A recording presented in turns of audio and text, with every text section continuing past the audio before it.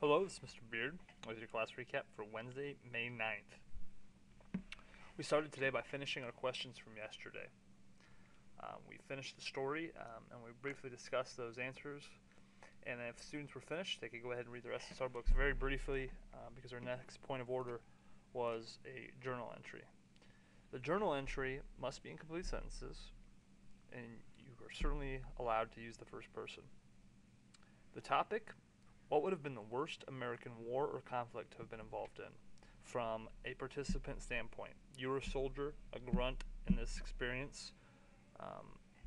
What would have been the worst one to have participated in? Students need to use at least 3 sensory details to describe this experience. Here's an example of what we were looking for. So you can take a look at that example. If you were absent, it's still your responsibility to do this Bellringer. The next thing we did was read The Things They Carried by Tim O'Brien. It is an excellently written piece by a real-life Vietnam veteran that really captures the experience of what it was like to be at war, and particularly to be at war in this place and at this time in American history. While we read, we were really conscious of his descriptions of items being carried by these soldiers. After all, the story is called The Things They Carried, and he spends a lot of time breaking down each individual item that soldiers carried, and he ascribes some meaning to these objects. And so we talk, why do you think he does this? Why talk in such detail of these small, minute things like dog tags, mosquito repellent, and candy, and things of that nature? Why does he spend so much time describing them?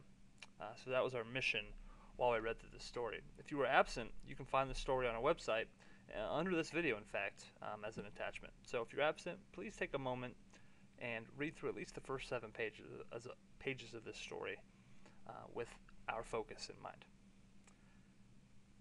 When we were finished, we had 3 reading comprehension questions. The first one deals with the things they carried and which item was the most surprising to you, which stood out the most and stayed with you. Which, when you think of the 60s, most stands out.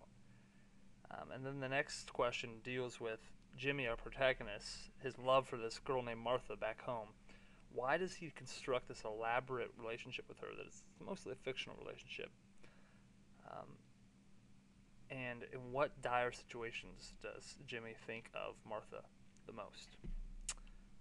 So, that is our class recap for today. If you are absent, make sure you read this and do the above questions. Thanks for watching, and have a great day.